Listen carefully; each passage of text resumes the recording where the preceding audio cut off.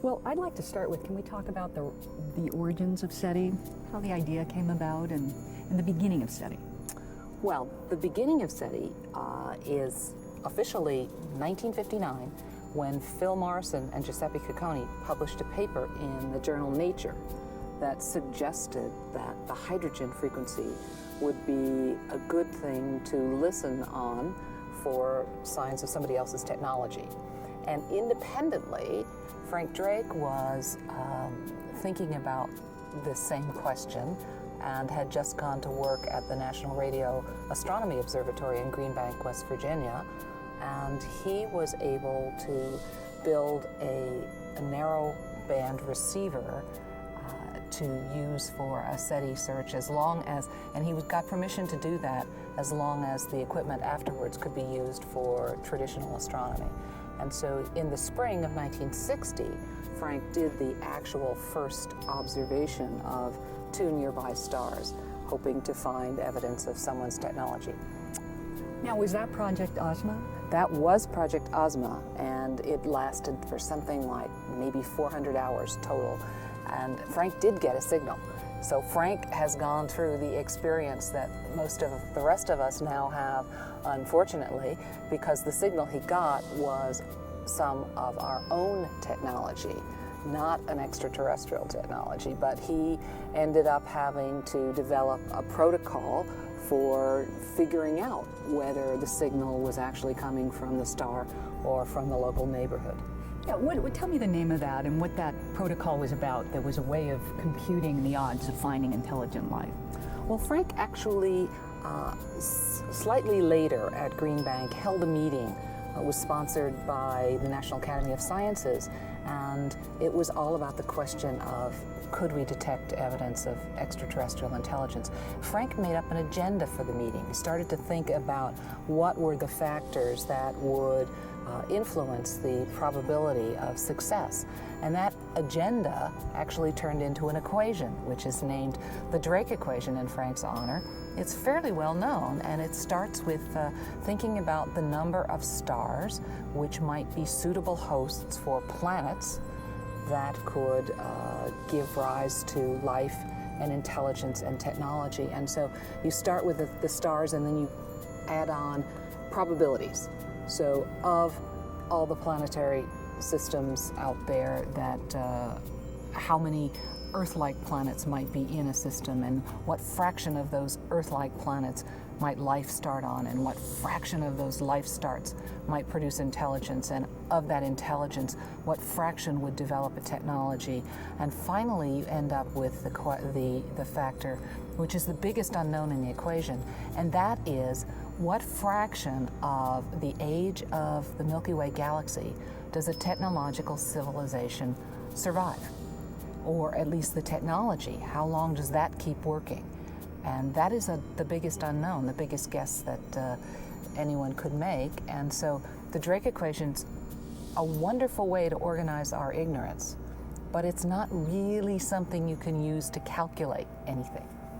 And now you entered in as a grad student into this whole thing at that point. Tell me briefly about that, how you came into the SETI project. I got into SETI totally by accident, and because when I was a first-year graduate student, I got the privilege of programming the world's first mini-computer called a PDP-8S.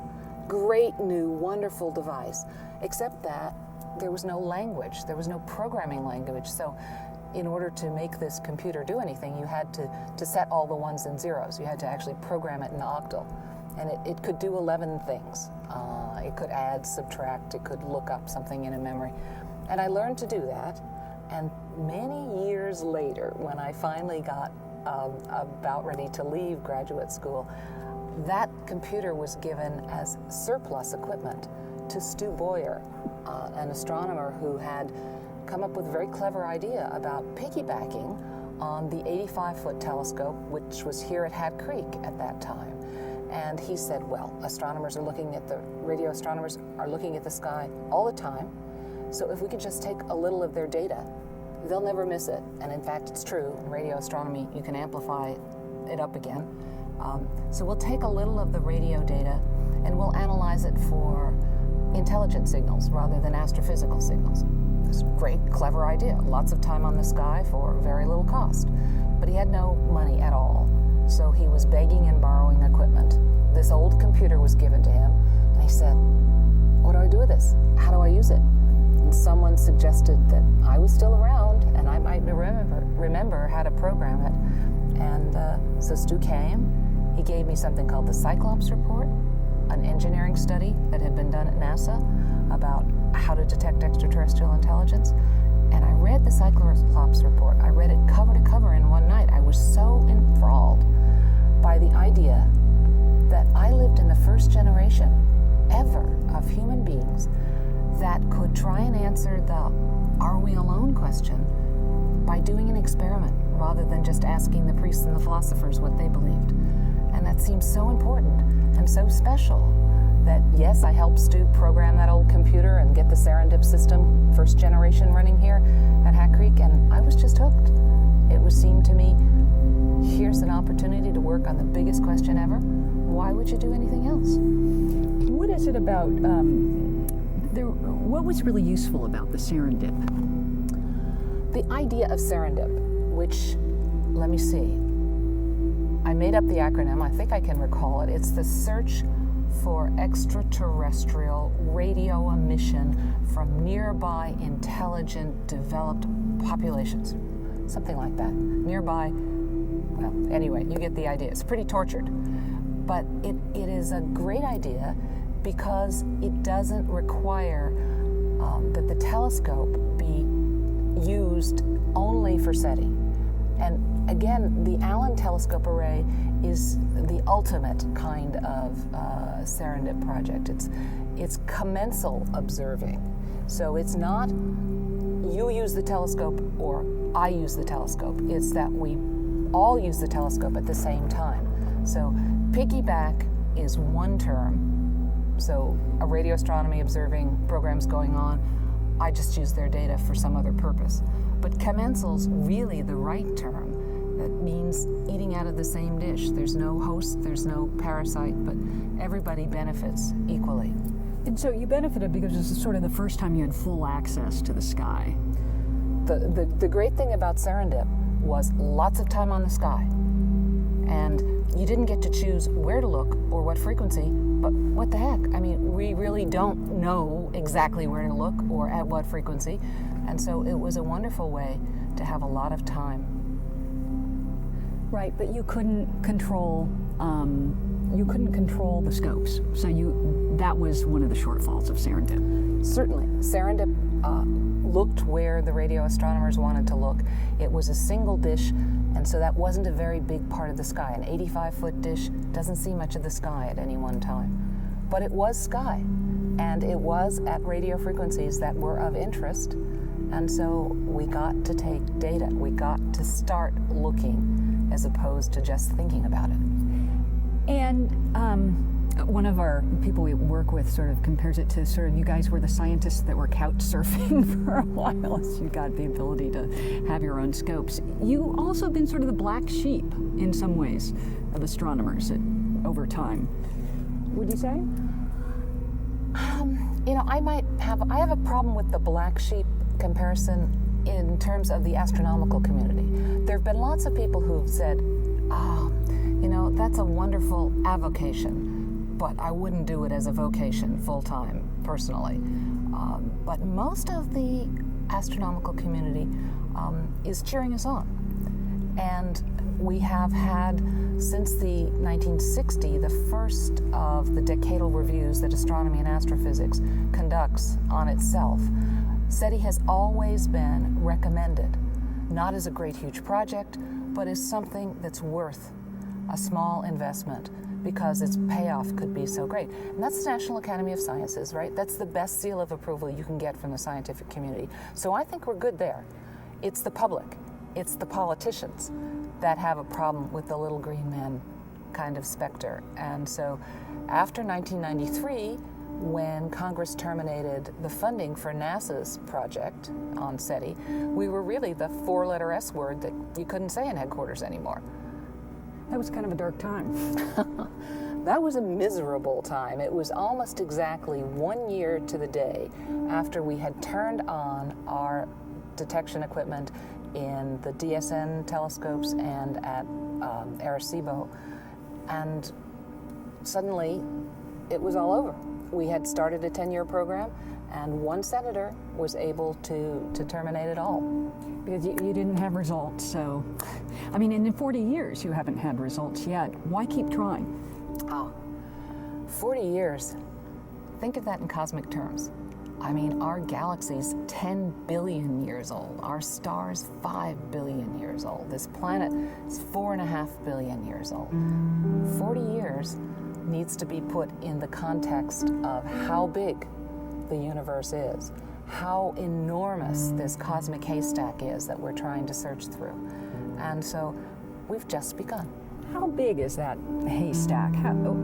It's very vast, and this must be one of your largest obstacles. I mean, the scope that you're talking about. Can you explain that to me a little, how big that is that you're... Well, we talk about a cosmic haystack, but in fact, in terms of looking for electromagnetic signals, there's actually a 9-dimensional space that you have to search through. So they're three-dimensional, there's 3 dimensions of space. Where in space might a signal be coming from? Time, when might it arrive? Frequency, what frequency? And is it radio? Is it optical? Is it somewhere in between? You have to always search 2 senses of polarization, because it's possible a signal could be embedded in one and you'd miss it if you didn't look at both. You have to search through a space that is characteristic of the modulation. Is there any information content in the signal? If so, what is it? How does it change in order to encode that information? And there are certain types of detectors that would find some kinds of signals but wouldn't find others. And lastly, we just don't know how good is good enough in terms of sensitivity. So we might look through the other 8 dimensions and get it spot on, but we just don't have enough sensitivity yet to detect what's there. And we don't know how much is enough, because we don't know the power of a transmitter out there, if there are any, and how far away it is. So over time, we will go back and research exactly the same territory with better instruments capable of finding fainter signals. What's the difference between a radio and an optical telescope? Okay, radio telescopes, optical telescopes, they both do the same thing. They collect radiation, and it's only a question of the wavelength of that radiation. Light, very, very short wavelengths. Radio, like long, tired optical wavelengths. And that's why radio telescopes are much bigger than optical telescopes, because to collect information, it's the number of wavelengths across the telescope that is a measure of its power, its sensitivity. And so since radio waves are long, our telescopes have to be bigger to be as powerful as the optical telescopes. And so again, you're not looking just at this galaxy, you're looking at others, and in this galaxy alone there's billions of stars. Could you briefly just explain that to me again? Well, what we're trying to do is search the Milky Way galaxy that we live in, and that's home to 400 billion other stars. And we're searching around our home because it means that the transmitters that we could detect don't have to be as strong. If you start trying to look at the next galaxy over, which is a million light years away, then the transmitter has to be a lot stronger for the signal to reach our receivers and still be detectable. So for the perspective of what research you've been able to do so far, can we use an analogy of fish in the ocean and say every time you dip a telescope, every time you dip a glass into the ocean looking for fish, you've done that so many times and haven't come up with it, and you've got the rest of the universe. Could you briefly maybe help me with that analogy? Okay, so let's say that cosmic haystack is the ocean. It's pretty vast, and we want to sample it, and we're trying to build tools in order to do that sampling. Well, if our tool is a glass, a single glass, and we dip that into the ocean and we come up with no fish, no crustaceans, no whales or dolphins in our glass, it's not fair to conclude that therefore there are no fish or whales or dolphins or crustaceans in that ocean. We just haven't sampled enough of it to find what's really there. And so maybe we take 10 glasses, 100 glasses, 1,000 glasses. We've looked at 1,000 stars so far in our galaxy. It's not very much out of 400 billion. And even with those 1,000 stars, we may not yet have been looking at the right time in the right way. So there's a lot to be explored. And the trick is to build tools that are commensurate with the size of the exploration. That's what we're finally being able to do with the huge advances in compute power and with this new Allen telescope array, which we can use 24/7. Okay, excuse my ignorance for this. I'm just curious. How do you know the equipment is working? How do you get that? Is there feedback? How do you know this is all working? What a great question. How do we know that we're actually on the air and that if a signal were there, we detect it? We actually have a hard time doing that. There are no big fiducials on the sky. The radio astronomers can look at a quasar, a calibration source, and they ought to see it when they turn their telescope there, or else something's not working. We don't have calibrators on the sky, so we make do. We actually use spacecraft. So for years, our biggest standard candle, if you wish, our fiducial, was the Pioneer 10 spacecraft, which had left the solar system, was going straight out from Earth, was moving on the sky, therefore, the way the distant stars do. And it had a transmitter on board. And if we didn't detect Pioneer 10, we knew something was wrong. And so we looked at it every day, and twice over the lifetime of the twice over the lifetime of the Project Phoenix, we failed to detect Pioneer 10. Once, for some reason, the clock at the second telescope that we use to help discriminate against our own technology had gained 21 seconds. We don't know why it did, but an interferometer where the two telescopes don't tell the same time doesn't work, and it didn't, and so we went and fixed the clock. And then we got smart enough to tell our computer, would you please compare the clocks and let us know if they don't tell the same time anymore? And then once, let me see, I think the engineer described it as our equipment was electron challenged. Somebody had kicked a plug out of the equipment rack in the back where you couldn't see it. So we had no power and no signal detection. But those were only 2 instances out of all of the days that we looked at Pioneer 10. And so it was a very helpful servant for us. And now we have to find other spacecraft, other fiducials, because Pioneer 10 is no longer with us. How is this different? How does this array represent a different era in SETI research? This array, the Allen telescope array, basically is all about speed. It's speed for our radio astronomy colleagues to allow them to do surveys in times that are acceptable, that don't take decades. They can do it in years or months. For SETI, it's the same thing. It's all about speed.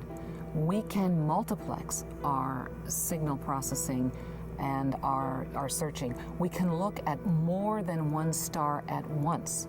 We can look with a lot more compute power behind the various beams coming out of this telescope to speed up the search. And so, whereas in the last decade, we looked at about 1,000 stars, in the next decade, we'll look at 1 million. That's a big factor. Why do you think there's extraterrestrial intelligence out there? everything that we have thus far learned about the universe makes it appear that what happened here to end up with us as a byproduct isn't extraordinary. I know there's a book called Rare Earth, which says, oh, it was so improbable that we ended up being here. Well, it's improbable that it's humans, it's you and it's me, but it isn't necessarily improbable that it's an intelligent species with a technology. So we used to have only theories that told us that when a star like the sun forms, planets should form with it. Well, that theory's now been vindicated. We know about planets. Exoplanets are a fact. We used to think that life, at least our kind of life, needed very special conditions, just so conditions. Now that we appreciate the extremophiles that live on this planet, we understand that the real estate out there, which could be habitable, is a lot bigger than we once thought it might be. There doesn't seem to be anything absolutely special about the Earth and our history. We could expect that in some places, sometimes, the same kinds of processes lead to intelligence that develops a technology. In fact, why is it likely that that life could be more intelligent than us? Philip Morrison had a wonderful definition of SETI. He called SETI the archaeology of the future. Now, it's archaeology because any information transmitted by a distant technology travels at the speed of light, and so we learn about their past when the signal arrives here.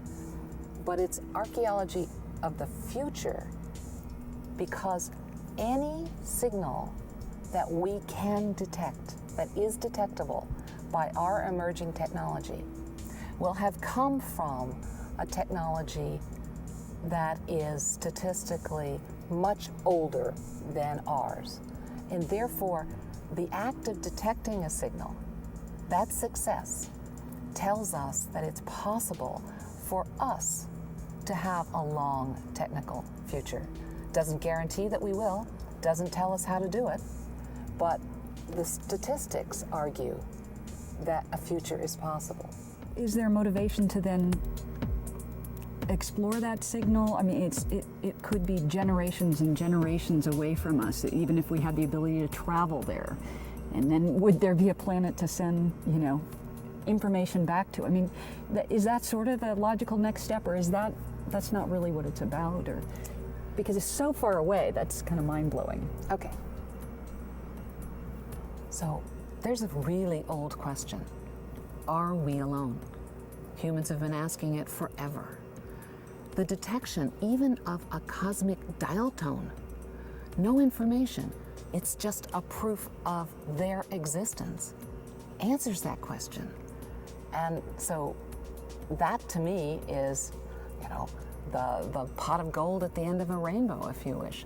Now, what comes next? Is there anything more? Well, there might be. There might be information encoded in that signal that tells us something about that. They might be close enough that people might be motivated a little bit more to talk about and try and see if we could travel between the stars. But the first thing, the detection of the signal, is the big payoff. We understand that we're part of a cosmos that has produced other intelligent, creative species. What happens if we get a signal? What is the process that goes into place then? All right, if we detect a signal, first of all, we or some other team somewhere, but more likely here than any place else because we're doing more SETI, if we detect a signal, we'll do everything that we can at this site to make sure that it isn't our own technology that's fooling us, or that it isn't a deliberate hoax. That's a big possibility for us. And one of the things that we will do to rule out a hoax is to call up another telescope to the west, right? And we will get a little discretionary time. And we will ask them if they can confirm a particular signal of a particular characteristic at a particular frequency.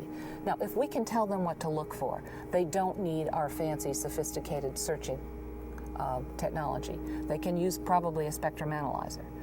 But if we get an independent confirmation, then it pretty much rules out a hoax. And that will allow us to fill in the blanks of the kind of basic paper that we've already written and get that sent out on the IAU telegram system to alert all the observatories in the world, because we have no idea how long this signal might last. We don't know that we've found all of it. We would like people with different types of equipment to try and see if there's anything else. And once we've alerted the astronomical community, we will, in fact, tell the world. Of course, before all this, we will have very quietly told some of our biggest donors as a courtesy before we tell the rest of the world.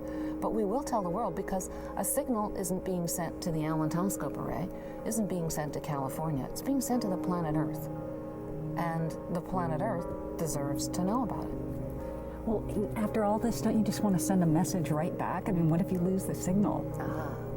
Well, okay. So if we get a signal, should we reply? Well, who's going to speak for Earth? What would we say? That's a little bit above my pay scale. So most of the people that are working on SETI have informally agreed that if we receive a signal, we won't transmit back until there's been some global consensus about these big questions. Should we transmit?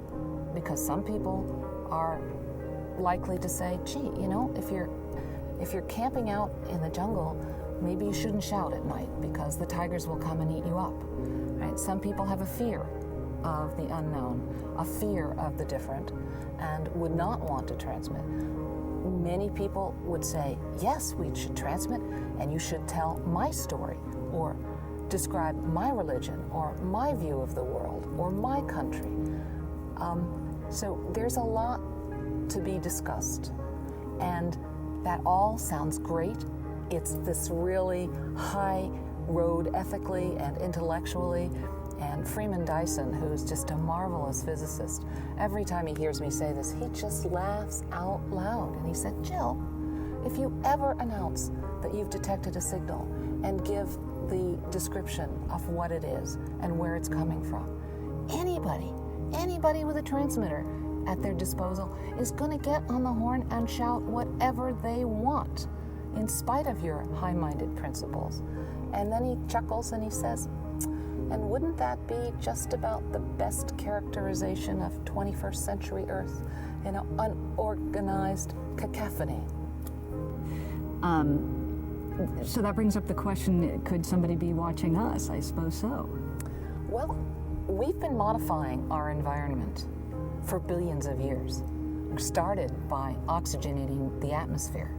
You know, those stromatolites 2.5 billion years ago that started producing little bubbles of oxygen underneath the oceans and rusted the oceans, and then finally there was enough spare oxygen to creep out into the atmosphere and oxygenated the atmosphere and made the kind of multicellular life that makes us possible.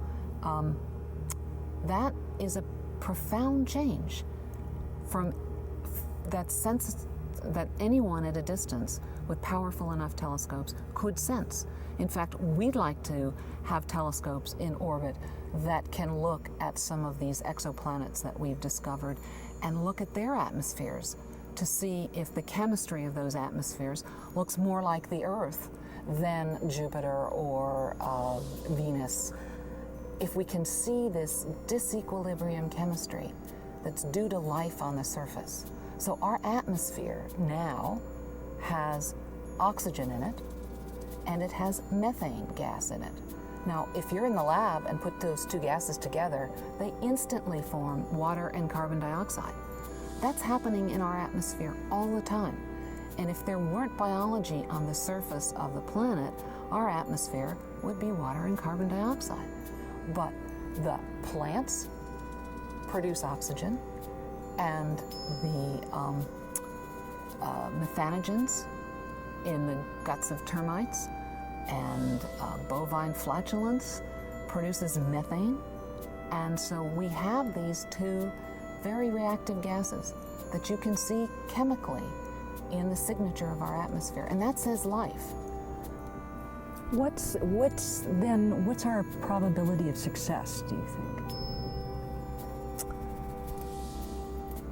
Again, the best answer to the question about the probability of success comes from Phil Morrison and Giuseppe Cacconi, and it was the last sentence in that first paper in Nature in 1959. And the sentence says something like, the probability of success is difficult to estimate, but if we never search, the chance of success is 0. Makes sense. Other thoughts, Josh? I just Thank had you. a quick question. I and many others have heard a rumor that you keep a bottle of champagne handy just in case. Can you tell me about that? Absolutely. And in addition to having a fairly well thought out protocol for what we're going to do in order to verify that a signal is real and actually coming from extraterrestrial intelligence, we've also thought very hard about how we're going to celebrate. And we plan for success, so whenever we observe, there's champagne on ice, just in case. So people often ask, well, you've been searching for all these years and you haven't found anything, and you've got lots of reasons to say, oh, it's because we haven't looked enough and we just need to keep looking. But that you could say that forever. I mean, when do you get to a point where you say, gee, we ought to stop? And I think the answer to that comes not from the scientists, but it actually comes from the population. When people are no longer willing to support this activity, when it's exceeded some threshold of pain, so that the effort can't be sustained, then is the time to make an incredibly profound decision that at least in practice we're alone. But not until then, not until an amount of effort that is comparable to the importance of the question not until we've done that much should we stop. That would be a hard decision to make, given that you've dedicated so much of your life, and so many other people have, to this. It's just, you have so much passion for this. That would be a very difficult decision to make. Oh, it would be a horrible decision to have to make, and it certainly won't be made by me, and I don't know how many generations in the future it will be, if ever, because success could come tomorrow, and then it's just a counting exercise, right? So here's an interesting thing. In physics, when you have one example of a phenomenon, you don't know whether it's singular, unique. The moment you find a second example, you know there are many. So you kind of count 1 to infinity. Right now, we're looking for number 2. Once we find it, we know there are many out there. And so then the strategy changes. And it's not just, are we alone, but okay, how different is life out there? How many different examples? What is the relative fraction? What's the population? What are the demographics? That's a whole new era. So a lot of new things to look for after you find number 2.